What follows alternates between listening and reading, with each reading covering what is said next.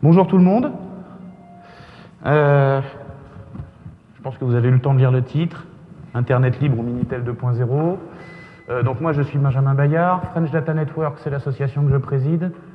D'habitude sur le premier slide j'explique un petit peu ce que c'est que FDN, mais comme je vais en parler pendant 45 minutes de ce que c'est que FDN, je vous l'expliquerai à la fin si vous n'avez pas compris.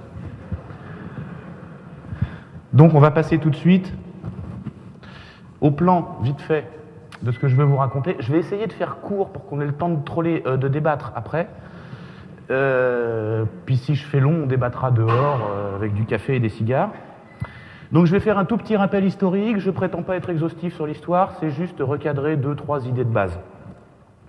Un petit peu après, on parlera de modèles techniques entre Minitel et Internet.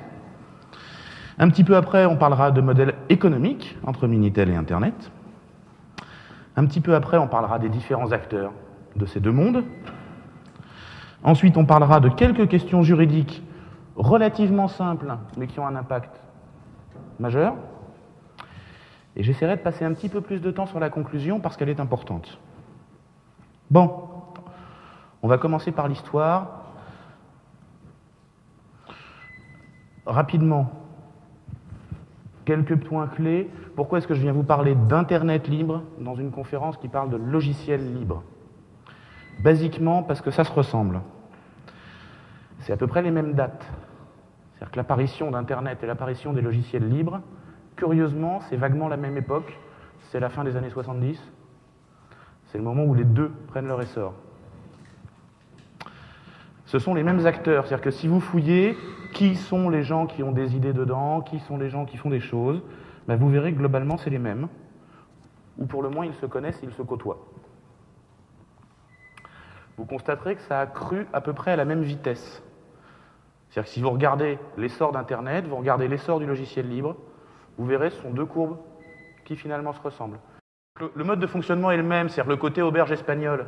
Chacun amène quelque chose. Si vous regardez comment sont définis les standards du net, ce qu'on appelle les RFC, vous verrez que les RFC sont définis de manière assez collaborative, au moins historiquement. Et puis après, c'est moins vrai. En fait, ce à quoi je veux en venir, c'est que c'est la même chose. C'est-à-dire que sans logiciel libre, pas d'Internet. Si Bind n'avait pas été libre, si le protocole de routage IP n'avait pas été libre et ouvert, Internet ne serait pas né. Donc sans logiciel libre, pas d'Internet. Sans Internet, pas de logiciel libre. Évident. Si on supprime le mail et les échanges électroniques de code entre développeurs pour faire mûrir les softs, ça ne peut pas marcher. Les deux sont intimement liés. En fait, ce sont deux facettes d'un même objet. Cet objet, si vous voulez, on débattra tout à l'heure. Je pense que c'est ce qu'on appelle la société du savoir, l'économie du savoir. Mais ce sont deux facettes du même objet. On ne peut pas dissocier Internet et le logiciel libre. C'était ça le bout d'historique que je voulais vous rappeler. Maintenant, on va s'intéresser rapidement à quelques petits aspects techniques, en commençant par les réseaux usuels, c'est-à-dire le Minitel en France, c'est-à-dire d'autres réseaux du même type dans d'autres pays. Le réseau normal, jusqu'à Internet, en fait, tous les réseaux autres qu'Internet, ce sont des réseaux centrés. Il y a un centre du réseau qui contient, selon le contexte, la base de données, la puissance de calcul, les informations, l'intelligence, pour faire rapide. C'est un réseau où les terminaux de consultation sont passifs. C'est-à-dire que le terminal de consultation du réseau, l'exemple type, c'est le gros ordinateur de l'université des années 60, qui est tout seul dans une salle machine. Il y a un réseau sur toute l'université avec des terminaux passifs qui permettent de se relier à ce gros ordinateur. Ça donne des réseaux qui ne grandissent pas bien. C'est des réseaux sur lesquels, au-delà de quelques dizaines de milliers d'utilisateurs, ça ne marche pas terrible. Typiquement, c'est un réseau en étoile. L'exemple vraiment standard en France, c'est le Minitel. Il y a un serveur central, il y a des terminaux passifs qui viennent se connecter par téléphone sur le serveur central pour avoir accès à l'information, typiquement des horaires de train. Une des évolutions qui a eu lieu sur ces réseaux traditionnels, c'est le BBS.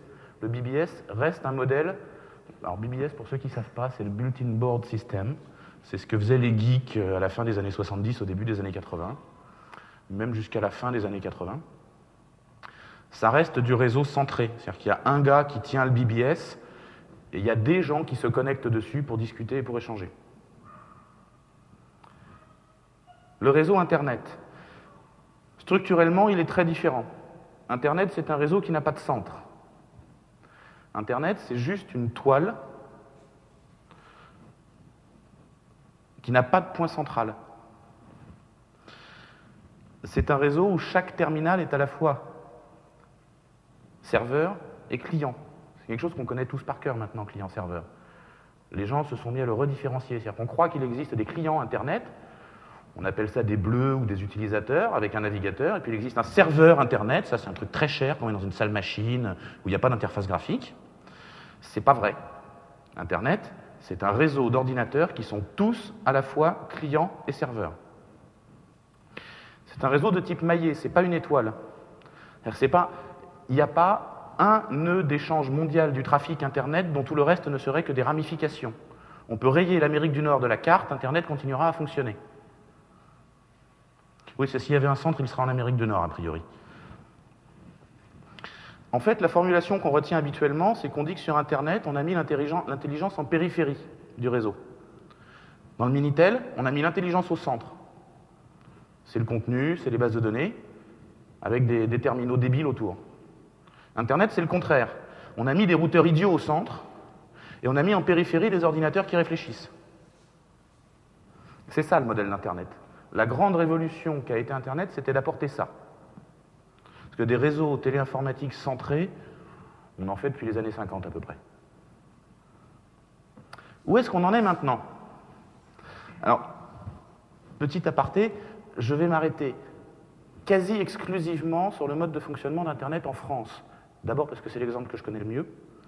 Ce que je vais vous dire est à peu près vrai dans tous les pays du monde, sauf que je ne connais pas les noms des protagonistes en Allemagne ou en Suisse ou en Espagne, etc.